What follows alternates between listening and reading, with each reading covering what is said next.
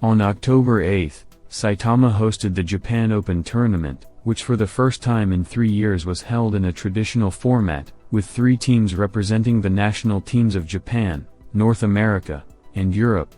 A rising star in men's singles, Ilia Malinin, was invited to the tournament. The skater came to Japan with a stunning bid for 7 quads, and even with all the combinations in the second half of the program. At first glance, the declared jump set seems impossible, but perhaps this is the content that Ilia dreams of performing one day. However, directly on the day of the competition, the skater simplified the jump set, leaving 5 quadruple jumps, including the quadruple axel. The quad axel this time didn't turn out as perfect as it was recently in the USA, although Ilia was very close to a successful attempt.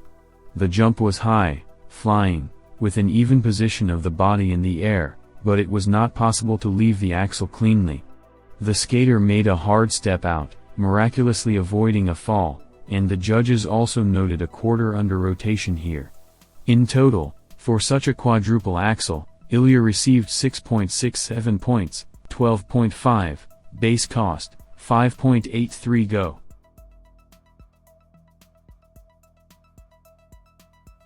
The second jump was a quadruple toe loop and was performed very easily. Good flight, confident landing and marked exit, even position of the body in the air, twist on the ice is minimal. Is that the height of the jump might seem modest. 3 out of 5 judges gave +3 go per element, the fourth one gave +2, and the fifth, +4. The average jump bonus was +3 go, 2.85 points in total. Malinin received 12.35 points for the quadruple toe loop, 9.5 base cost plus 2.85 go. The third quad performed by Ilia was a quad Lutz. Here you can see a pronounced outer edge at the moment of takeoff. The jump is clear, confident, but on the slow replay there are suspicions that the skater struck with his free leg, because of which some judges could lower the go, 2 put +1. Another 1 put +2 total allowances for the jump turned out to be not so high. Ilia got 13.80 points for the Lutz, 11.5 base cost plus 2.3 go. The skater probably did not have enough strength for the quadruple salto. The jump turned out to be slightly under-rotated, Q in the protocols. Of the advantages, one can note the even position of the body in the air and span. Due to a quarter under rotation, the judges could not give a bonus for a good landing, and the starting go could not be higher than +2. Also, the Q mark is marked with a decrease of -2 go. Thus, the final go for 3 judges was -1, for 2, 0.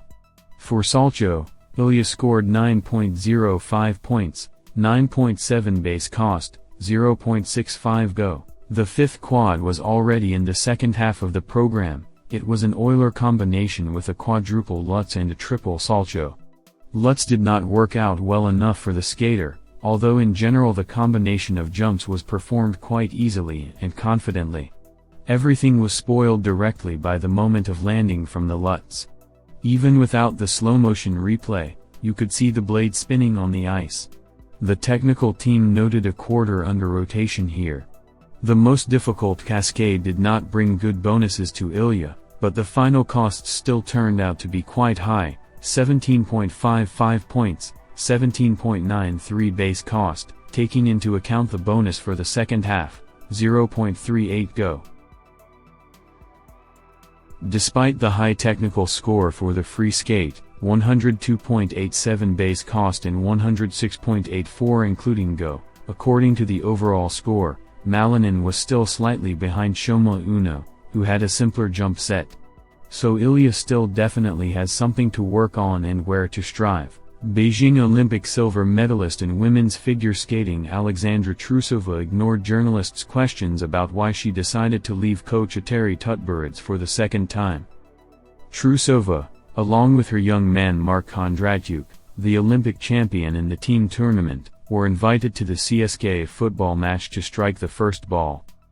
Without waiting for the end of the first half, the couple left the Web Arena. At the exit from the stadium, the Match TV journalist approached the skaters, who turned to Trusova with a question about leaving Tutberidze. The figure skater remained silent, only smiling in response. The 2002 Olympic champion Alexei Yagudin spoke about the difference between training with Alexei Mishin and Tatyana Tarasova. There were two significant teams in my life.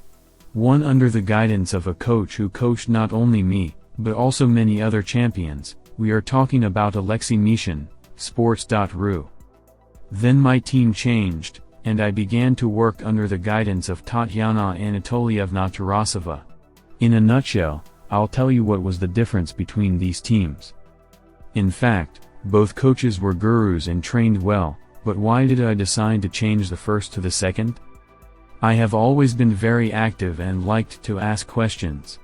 I used to ask everything again. I wanted to understand the cause and effect relationships and all the actions of the coach. But he had a favorite joke expression: "I'm the boss, you're a fool." To all my questions, he told me, "Lesh, here you measure your brain," and offered to measure the height of the forehead. My forehead is low. I showed this size with my fingers, and he took this distance, and so 6 times he passed it over his head. The thing is, he was bald. He said, "Well, look, I'm 6 times smarter than you, so just do what I say." Well, once we laughed, too, but there were still no answers. In the end, I just realized that I can't work like that. Team number 2, which I joined, was very different. It was and is the great power of the teacher, to admit their mistakes and work on them. I never heard from her phrases like "I said so we do it." We always discussed the program, we overcame all the processes together. Tarasova, with all her knowledge, in response to some question, could say, "Lesh, I don't know, but I have a person whom we can turn to and ask." She could confess her weaknesses and was never afraid to ask another person for advice. Team number 1 didn't have that at all. There, with a very talented coach, there was no understanding of the needs of their athlete, said Yagudin.